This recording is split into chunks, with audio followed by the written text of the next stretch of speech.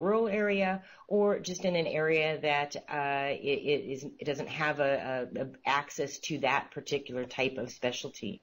So all of those applications are live. These are now. This is not futures, though we do see significantly larger deployments and larger scale. A lot of these things have only started in the last 2 or 3 years, and we see them really being broadly deployed over the next several years.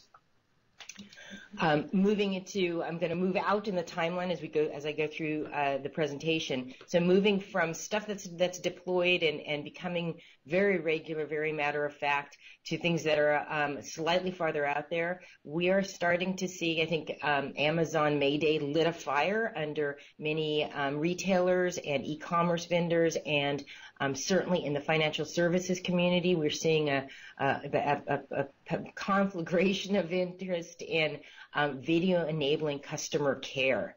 The one that you see on the left-hand side is an actual application. This is a bank, the fastest growing bank in India, has actually deployed a face-to-face banking application that allows their customers to do all of their banking over their mobile device or a PC at their home. We're also seeing the same type of services being rolled out by major banks in Europe and major banks in the U.S.